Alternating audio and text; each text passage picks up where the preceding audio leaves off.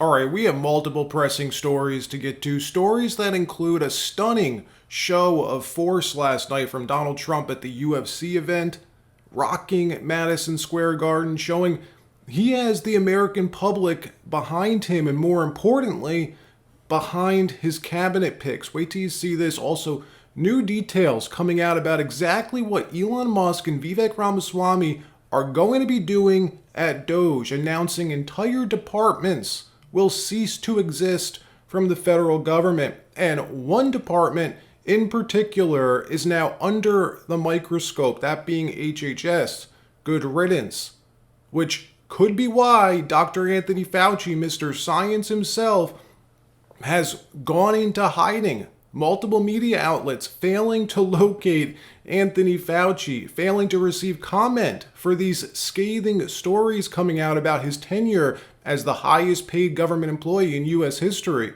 and the types of projects and studies he was funding.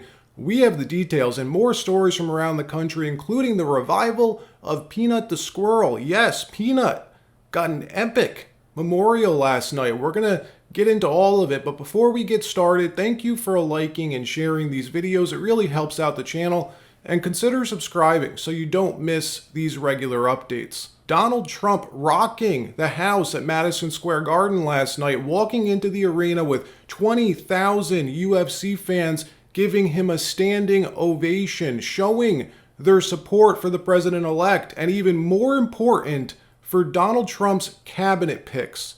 Walking in with the dream team last night, accompanied by Elon Musk, RFK Jr., Tulsi, Vivek, Kid Rock, Joe Rogan, of course. And why this is so important is because it shows the RINOs on the Hill, the Republicans in name only, the Republicans who are still in control of the Senate, that Donald Trump has a mandate. The people of this country gave him a mandate, and you better approve all of his cabinet appointees, including and most importantly, Matt Gaetz for Attorney General. And by the way, anyone who thinks Gaetz won't be getting confirmed, you are sorely mistaken. I will tell you, I am almost positive that Gaetz will be the next Attorney General, which is why last night was so important. Look at this picture. Look who was at the UFC event with Trump. Look who Trump brought along with him. Speaker of the House, Mike Johnson. He wants these people to see, to understand, you won't just be standing in my way, you'll be standing in the way of the American public, and they will not stand for it. We won't stand for it. Listen to CNN react to what happened at Madison Square Garden last night, comparing it to a Roman Colosseum type event. This is so great. Watch this.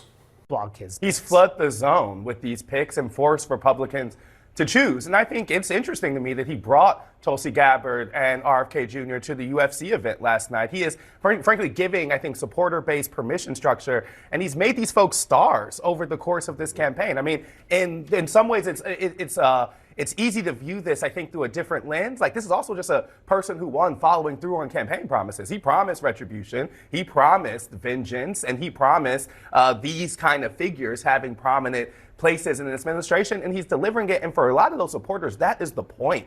I mean, and it really looks like ancient Rome here. This is sort of the conquering Republican Caesar who's going into the Colosseum, and everyone's cheering, and he's got his political gladiators with him. That appearance isn't just about him enjoying the applause. He's sending a message to the Senate. For sure. Like, not only are you entertained, but these are my people, and are you willing to fight? Because here's who I have. And are any of us... And notice who attended this event as well with Donald Trump. RFK Jr. flying on Trump Force One with him, watching the fight from the air, both men sitting together, Trump World posting these photos purposely, making sure everyone in the Senate knows RFK is with me. Mess with him, you're messing with me. And none of these Republican senators want to mess with Trump right now. Not this early on, at least, which ties in to our next story about Anthony Fauci, who is nowhere to be found since Trump's landslide victory 2 weeks ago. Apparently, he's gone underground. That according to this new Daily Mail article, who tried to reach him for comment but couldn't. And this isn't the only outlet who's failed to reach Fauci's office lately. Not a peep from Mr. I Am Science since Trump's win. And why is Anthony Fauci back in the news all of a sudden? I thought I thought he retired. Well, when Elon Musk posted this on X last week, the hammer of justice is coming after this new Daily Mail article dropping this morning showing Anthony Fauci may have very well been the largest purveyor of waste, fraud, and abuse in all of government, even more so than those $200,000 toilets that the Pentagon was caught paying for. Some of the studies that Anthony Fauci was funding, some of the programs he was spending our money on will shock you to your core. It's hard to even talk about some of this stuff. Well, they're all coming out now. And just imagine if you were Anthony Fauci and you knew that Matt Gaetz was about to be the next Attorney General. I'd probably go into hiding as well. Watch. Also got to get some information out regarding the inappropriate actions, potentially unlawful actions of Dr. Anthony Fauci. There's an article from Daily Mail that we've just seen that discusses an investigation into the NIH under Fauci's leadership. They were conducting experiments involving coronavirus more than a year before the global outbreak of COVID-19.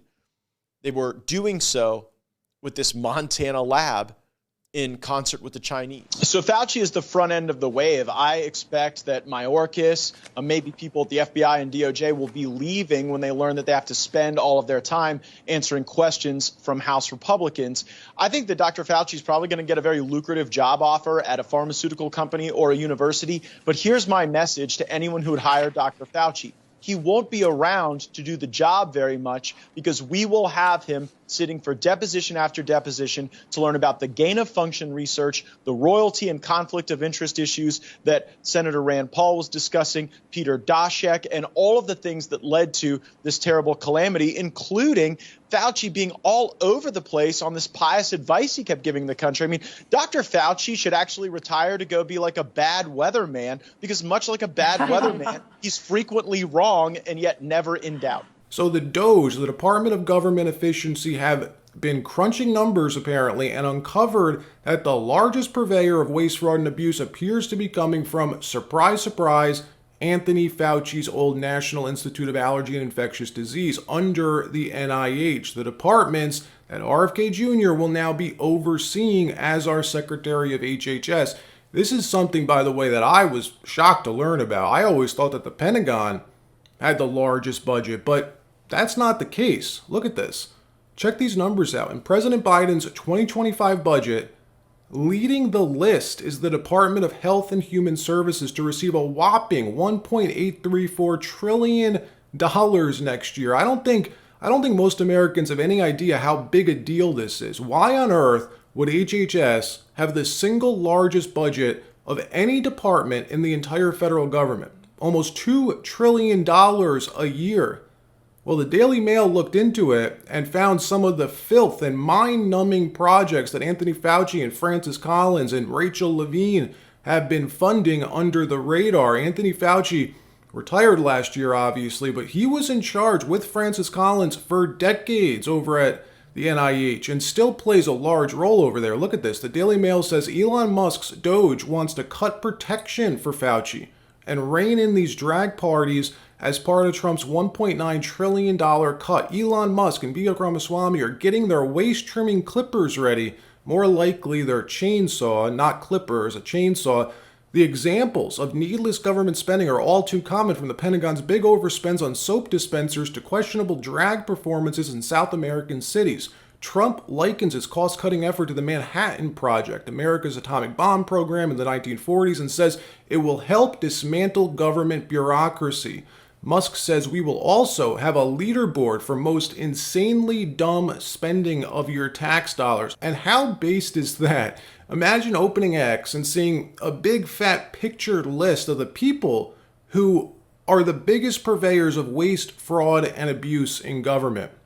So what are some of these insane things that Fauci spent our money on? I hope you're sitting down. The federal government spent $3 million to find out about hamsters fighting when they're pumped full of steroids, what they call rodent roid rage. Many of the quirkiest cases of government spending are undertaken by the National Institutes of Health, NIH, which is paid to pump hamsters full of steroids and got them to fight in the name of science. But rodent roid rage, they say, research was just the tip of the iceberg. The NIH has also spent $2.3 million injecting 6-month-old beagle puppies with cocaine and $1.1 million on training mice to binge alcohol. And look, like they said, this is just the tip of the iceberg, folks. They get into detail. Some of it I won't even talk about here. Look at this. The government spends millions finding out what happens when monkeys take methamphetamine. Another example of NIH excess is its $33 million annual payout to a firm that runs a controversial monkey island, a colony of some 3,000 primates used in research labs. The funding body spends millions on studying the gambling habits of monkeys. What? And what happens when you dose the animals with methamphetamine? A Florida lab even received $500,000 to cover research into trans monkeys, males injected with female hormones. This is like a sick, inhumane animal torture factory. What the hell is happening at the NIH? They've been spending our money, our tax dollars, on essentially torturing animals. We're now $36 trillion in debt, so Anthony Fauci can play Dr. Frankenstein with our money. And look, the Dems want to continue this nightmare. They are fighting tooth and nail to keep this insanity going. Biden approving almost $2 trillion of our money for the HHS next year. We saw what they just did in New York last week when the Democratic governor signed off on a raid of that couple's home in New York City to confiscate Peanut the Squirrel. TikTok star Peanut, who was minding his own business, being a loving pet to that family who rescues animals. Big Brother going in out of nowhere, thinking they have the right to invade an American's home and take their animal who did nothing to anyone. Take it and then euthanize it, kill it. Remember this? A lot of this fell on the back of a squirrel who is no longer with us because the government decided it was more important to take a f***ing squirrel and a raccoon away from a very good family and a very good environment.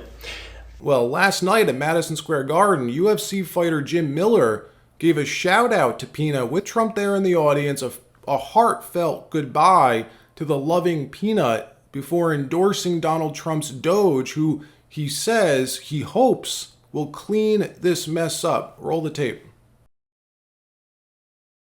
Now with the Doge coming in and Trump's 2025 agenda to massively shrink the size of U.S. government, it's about to open up a number of interesting opportunities. Realize everything's about to change. Trump will be the tariff president. He's not hiding from it. He's not running from it. He is embracing it, which comes with a major shakeup to the global economy, which is why the big money is moving to precious metals, a big lead since Trump's victory, especially after the pullback in the price of gold and silver in the past week, which sets us up for a potential continuation of this gold bull market, in my opinion. And history is quite clear about the performance of gold stocks following the first rate cut, and we just had our second rate cut. Look, in 1989, the Fed eased, right? Gold stocks rallied over 50%. After the dot-com bubble burst, Greenspan cut rates, gold stocks nearly doubled in less than 6 months. In 2007, when Bernanke finally cut rates, gold stocks were over 70% higher just 150 days later. When Jerome Powell made his monetary U-turn in 2019, gold stocks, they rallied again. It's clear that cutting interest rates has been a catalyst for higher gold stock prices. Gold ETFs have even corrected severely, and now is a potentially significant moment for the industry. And I've got a critical message for you today regarding President Trump's plans. In every new administration, certain companies benefit more than others, right? And I'm going to show you how this all ties together. Bank of America predicting, for instance, gold's going to hit $3,000, they say. The timing is everything, which is why I'm airing this alert today. U.S. Gold Mining, the sponsor of today's video, currently trading 40% below its all-time high, a company with no debt and $4.4 million in cash on hand as of September 30th, and a stock price under $10 a share, with a project in the great state of Alaska. Again, I am happy to sponsor this company, and you're going to see why as I explain how this all comes together. So U.S. Gold Mining, trading on the NASDAQ with the ticker symbol USGO.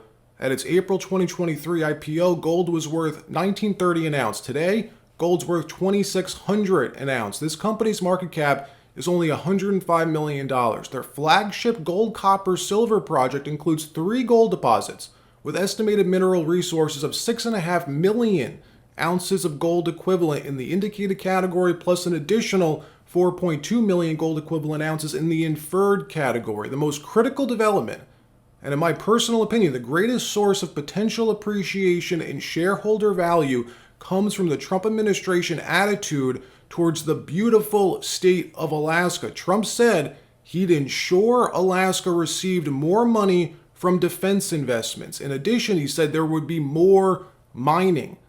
Trump also mentioned the proposed 800-mile gas pipeline that some state leaders have dreamed about for years, right? Saying this, during my second term, we will continue the fight for Alaska like never before. We will ensure the gas line project gets built to provide affordable energy to Alaska and allies all over the world. Trump said that, and I believe this to be a monumental alert. Look at the photo above. This is an iconic photo. Trump, still wounded by the Shah, is shaking hands with who? Mike Dunleavy, the governor of the great state of Alaska. I tell you this because Mr. Dunleavy is also in this next photo. In this one, Governor Dunleavy is visiting with who? The company's Whistler project in Alaska with Mr. Tim Smith, CEO of who? U.S. Gold Mining, the company that we're talking about. Tim Smith came to U.S. Gold Mining from Newmont, a 100-year-old gold producer, largest gold mining company in the world. Before Newmont, he worked for Goldcorp, one of Canada's biggest gold producers. Then they merged. But I want to talk about the company he worked at, right, before joining Goldcorp, because what he accomplished there is precisely what the board of U.S. Gold Mining expects him to deliver again. He worked for Kaminak Gold Corporation. Kaminak discovered the coffee deposit in the Yukon and advanced the resource until Goldcorp acquired it for 520 million Canadian, one of the most legendary buyouts of the past decade. Now, while Coffee and Whistler are very different projects, and the companies are in different positions, obviously, his experience advancing a project is what's critical here. U.S. Gold Mining owns a project that has estimated mineral resources of 6.5 million ounces of gold resource equivalent in the indicated category and additional 4.2 in the inferred category. Its market cap only 108 million USD right now.